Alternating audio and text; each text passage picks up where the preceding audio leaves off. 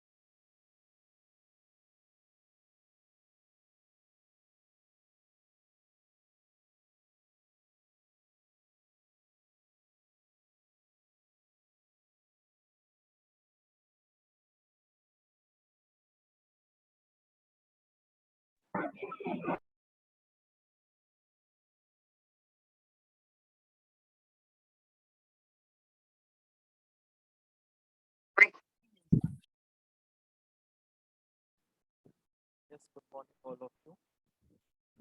Am I audible?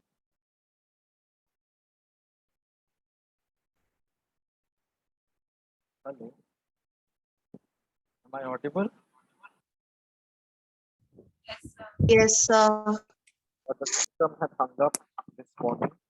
Maybe even the So system. your voice is breaking. Is it? Yes, sir.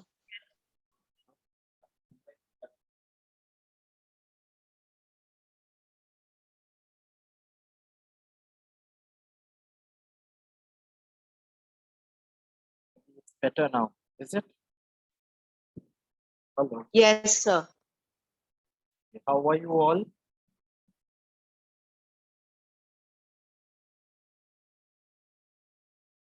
Manas, Raman, Aditi, Angela, Arif, Gauri, Ram, Vanshika, Vishwaraj, Mudit, Shreya, Deekshita, Yes, sir. Jain, and one more person.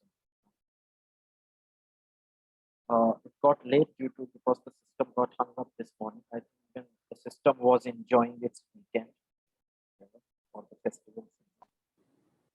Sir, your voice is breaking. Oh, it's still breaking. Yes, sir. Is it better? Yes, sir. Okay. Since we already got delayed, let me clarify certain basic things. Since I had already started going through your synopsis for all of you, and students who have been with me since last 4 semesters, they have still changed quite a lot the way they approach. Just 1 second.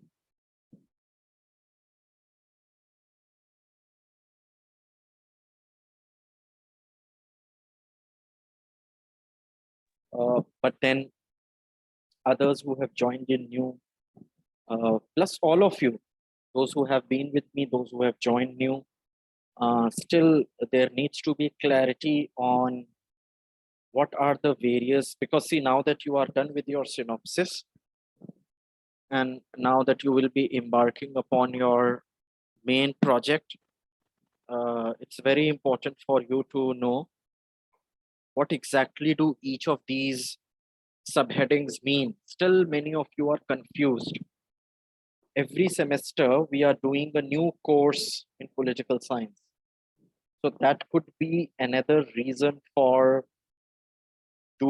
taking time to be able to figure out as to what exactly we have to write in that subheading as per the format that has been given to you. So rather than letting things be more loose-ended and you not getting clarity, let's discuss some of those subheadings, which most of you know about, but still you need to be more clear on it. Because every time I'm going through all the synopsis that you have sent in, certain basic issues, concerns, and queries are raised. Okay. basic issues, concerns, and queries because, like, for example, if you are to write objectives, objectives usually start almost always with the word to. Many of you are still not able to configure or I'm saying this because now that you are working on the main project, please bear these in mind. Some of your synopsis I will still return to you, return back to you because you need to really rework on it. They are terrible. So aims and objectives. Now I'm audible, right? Is it clear or? Yes, sir. Yes, So sir. you are. Okay. So aims and objectives always start with the word to. Keep it 3, 4, 5, 6, whichever number of objectives are.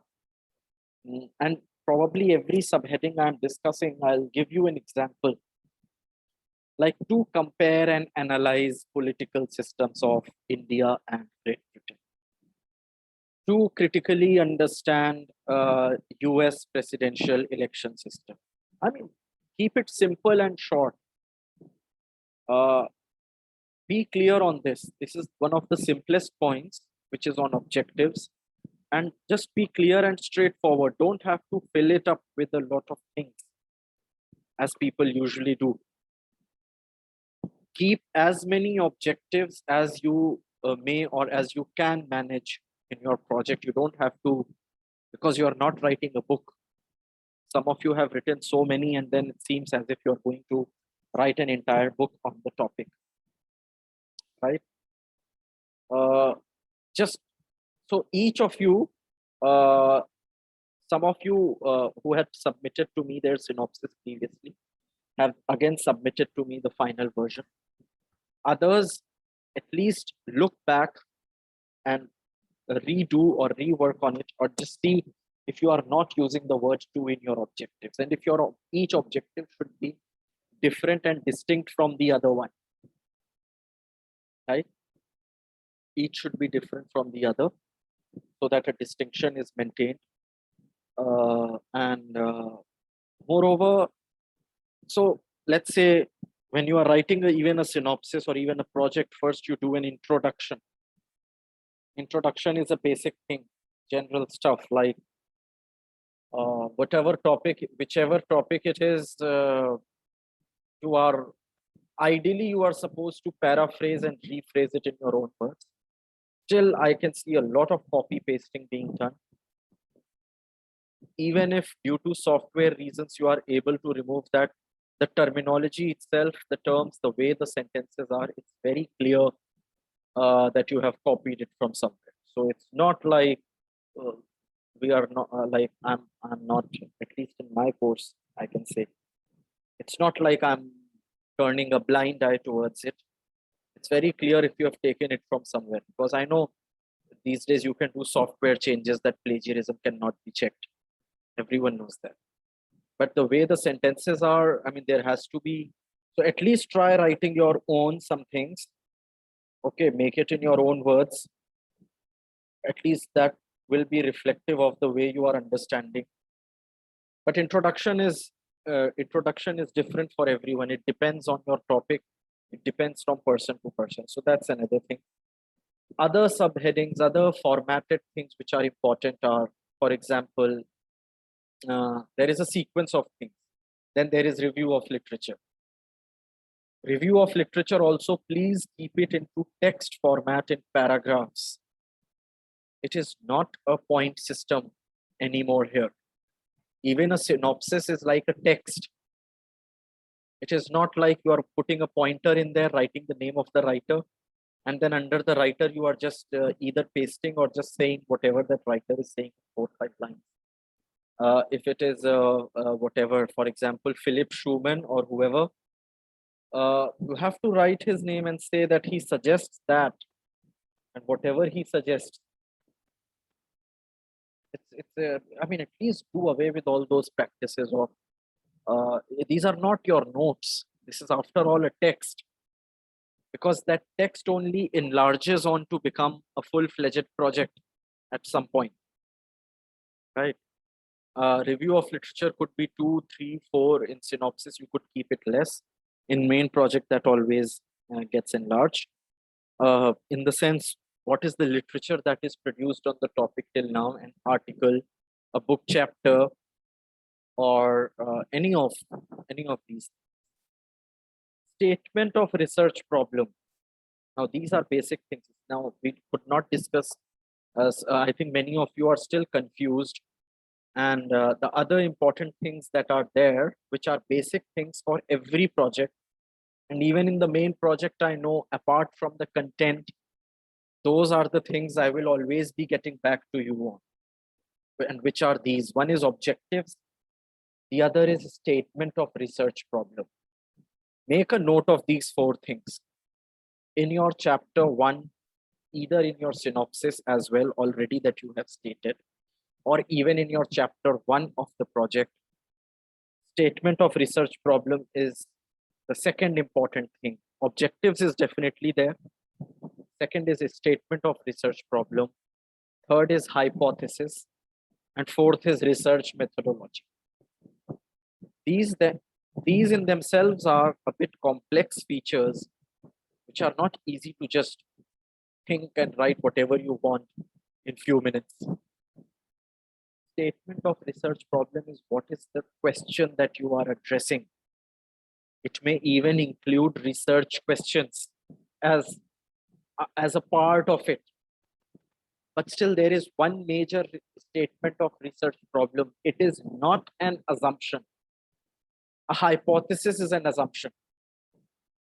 Statement of research problem is already like, okay, this guy or girl is sorted out that this is the concern he will be looking into. For example, if there is a topic on federal and unitary system, Canada versus China, the statement of research problem would be in the form that what are the similarities and differences between the political systems of Canada. It could be a large question. That's what I'm saying. Then it gets divided into 4 or 5 questions. What are the similarities and differences between political systems of Canada and China, keeping in mind or despite the fact that one is a confederation and the other is a unitary system. Okay, you have to be clear in your question, not an open-ended question that that does not suggest anything. Have to be clear. Then there could be 4 or 5 research questions. What is a unitary system?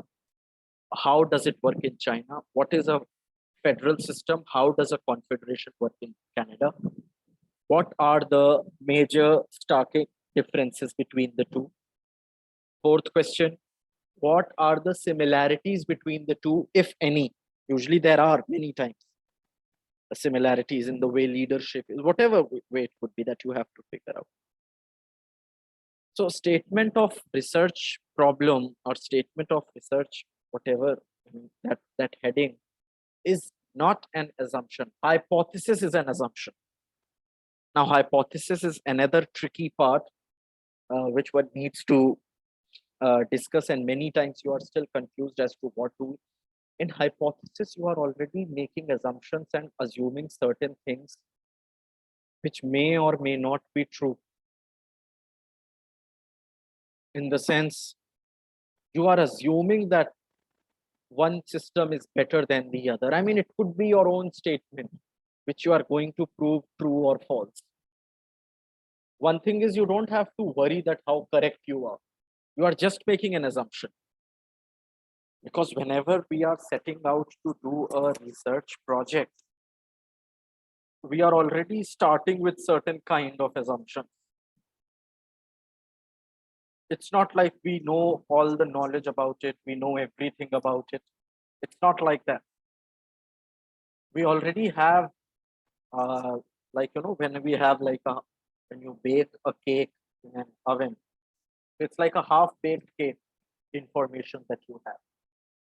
The rest of the data and information will be processed and you will get when the cake is fully. It's like that. So there are already certain assumptions in your mind, and that is what hypothesis. clearly identify and distinguish between, because most of you are making mistakes and errors in being misled, in not being able to identify. You are even interchanging them, that what to include in hypothesis. So for example, I think I'm giving you the hypothesis is proportional representation works better in situations with lesser population. That could be an assumption. Okay. But then in the research, it comes out that proportional representation still works and is working well in a large population like India. So your hypothesis is proved false. It's quite a mathematical and a scientific. It has a strong mathematical and a scientific intent, actually, when we are speaking about when we are speaking about research methodology. Now, again, research methodology, I know most of you have written or are still writing a basic sentence or a basic thing like doctrinal research, so and so and so, but please identify which sources are you taking up, why are you referring to those sources? Because research methodology, as the word suggests, refers strongly to the method.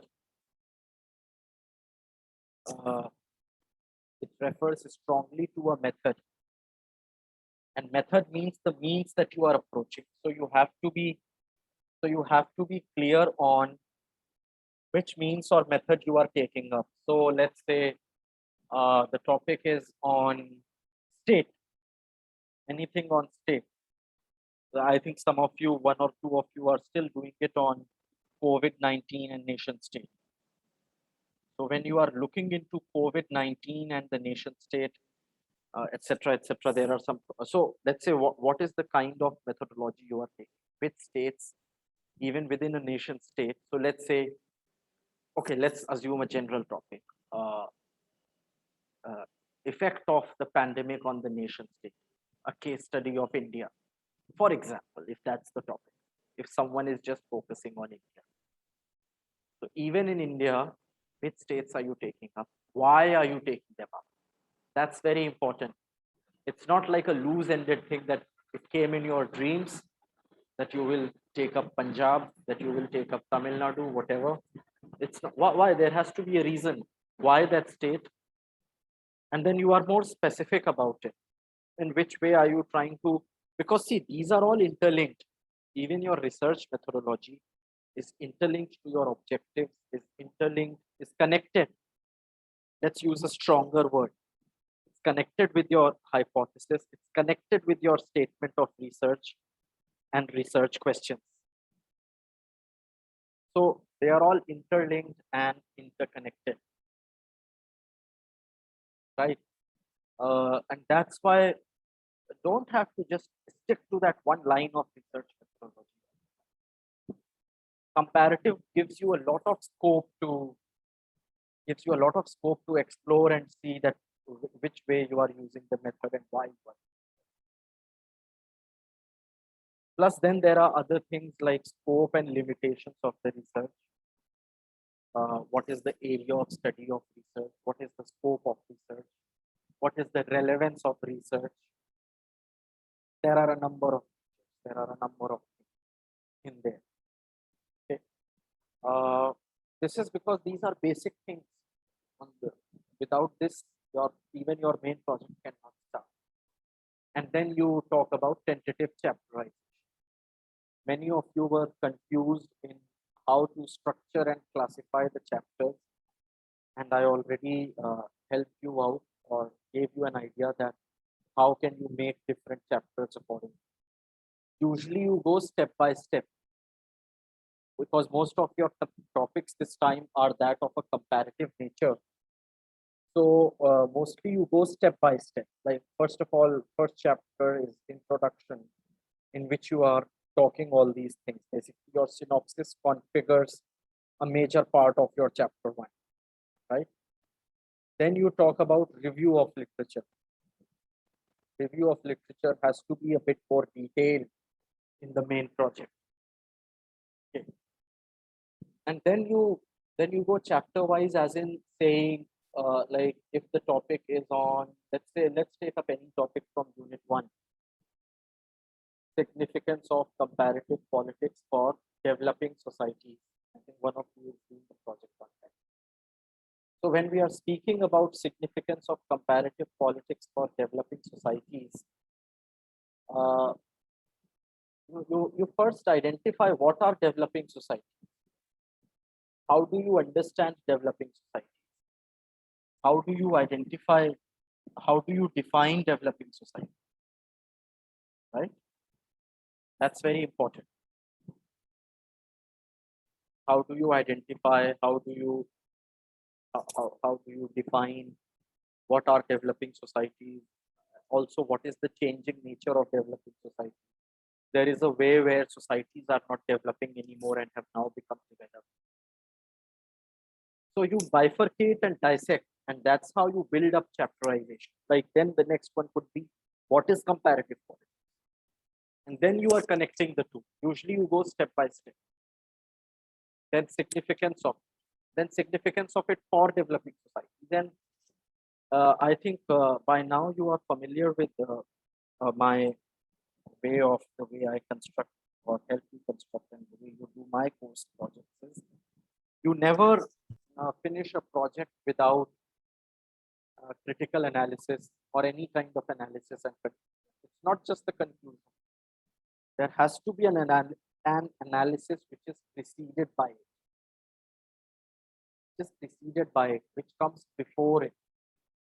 Okay, certain kind of analysis. Always. Because whatever you are stating has to be analyzed, because research always has this nature or this potential of opening up avenues and ways for future research. When we are doing research, you have done all these research projects till now. You always refer to some kind of literature, no? So what is that literature? That literature, whichever it is, it's a book, an article, a chapter of a book, whatever references you are looking at, is already laying down the framework or setting the backdrop for something more concrete and important. But concrete and important means it is throwing up open more questions for further and future research. It doesn't stop there. And that's why analysis is important. Include that as part of your tentative. These are basic changes that all of you need to do. When you start submitting your main projects, please start working on them already. Don't wait about what has happened to your synopsis, but these are general things that address all of you. Look into them again and then start working on your project already, because you will have to do these changes and these things when you are doing your main project. And then, of course, the conclusion. Conclusion is your own conclusion, the way you are concluding it. Another important thing which comes after conclusion, and many of you are still struggling to learn to do that. Many of you have done it quite effectively, which I sincerely appreciate, is the referencing style, bibliography. Bibliography, still many of you have now learned by now that how it is done. Follow one particular style, whichever you want to. At least a proper style, surname, comma, name, dot, then the year, and there are various styles. The year could be also at the end. Then in italics is the main thing. Then if it is quoted from, there are many styles of referencing. Usually we follow the Harvard or the Chicago style. Those are the ones I mentioned before.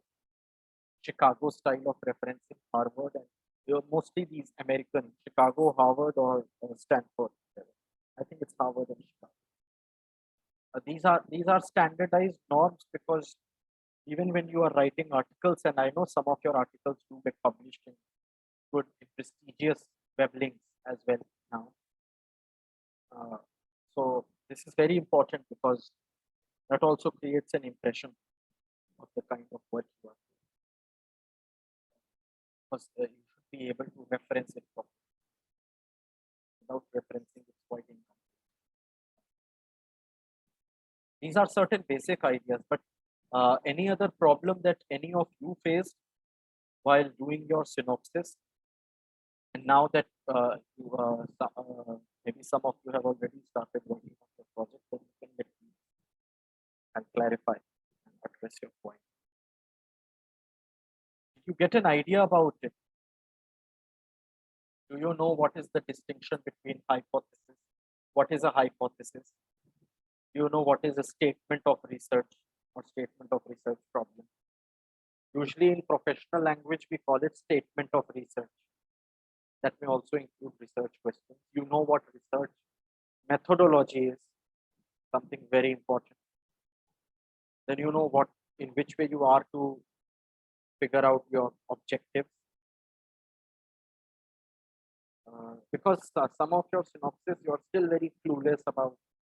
You've just put in some things there, but you are quite clueless about how to approach them or how to go about doing them. That's the main point.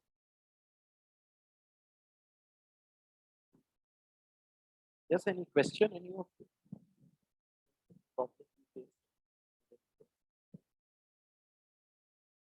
Is it clear? Yes, if it is related to your particular topic, you can always discuss it with me. By a call, maybe we can talk. Because WhatsApp, I can always suggest you some basic things, but not always it works beyond the point. I can't explain you at length on WhatsApp. I write it in writing.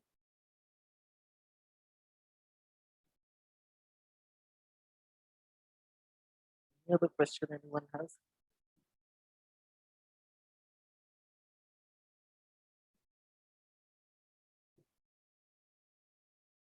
Question from what we did last time. Possibly tomorrow we will be completing that video and the image as well, so that before the holidays we can already do some major part of unit 2. This we can already complete and do some major sections.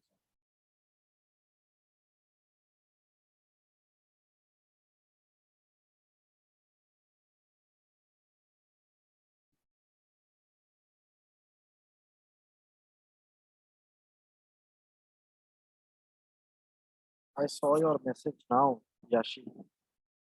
I thought my voice was clear all this while, right?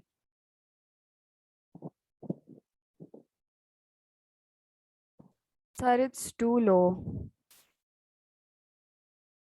Is it just for you, also for others? Is the voice too low? Other students? Yes, it gets slow in between. Okay.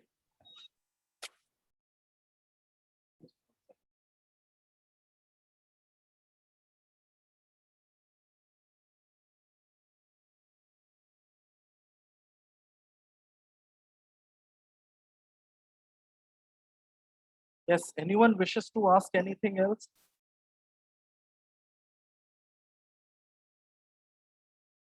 You all have submitted your synopsis. I hope I'll do a check again.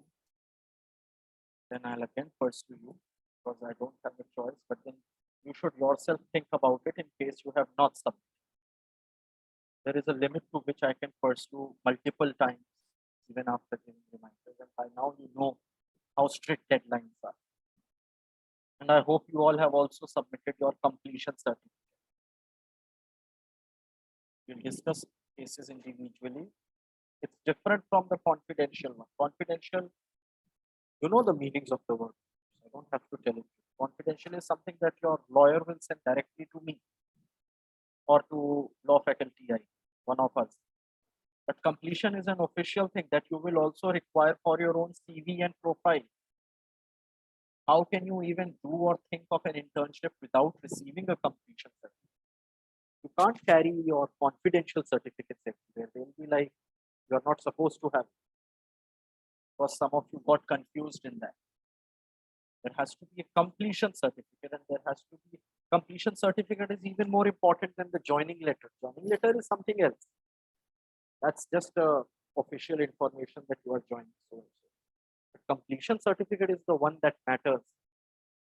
Very, very important for any kind of job profiles for future, which is a proof that yes, he or she has done from so and so, from this place, from so and so place, and from this date to this date.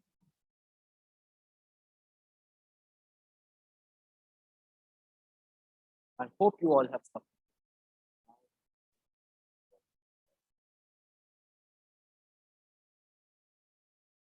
Any other doubt? Anything you did not understand from all the aspects I discussed related to the project format?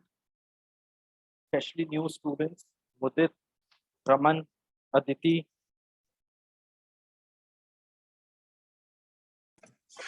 No doubts.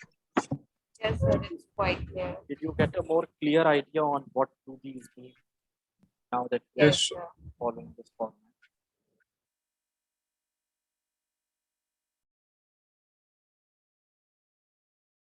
So unmute yourself as and when you call out your name. Arif?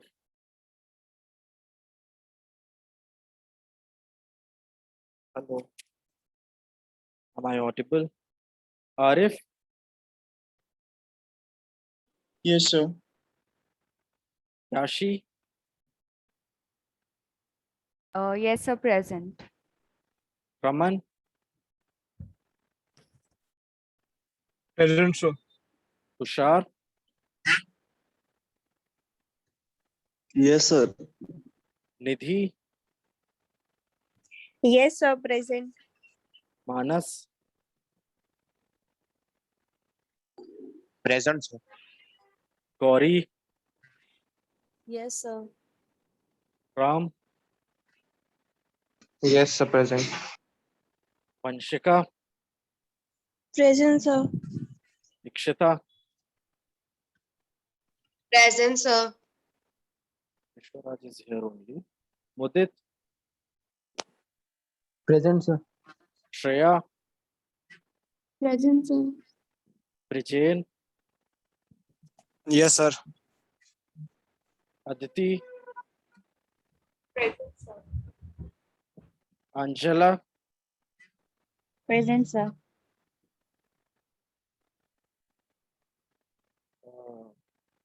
Anyone else? I think I didn't miss out any. So take care and have a nice rest.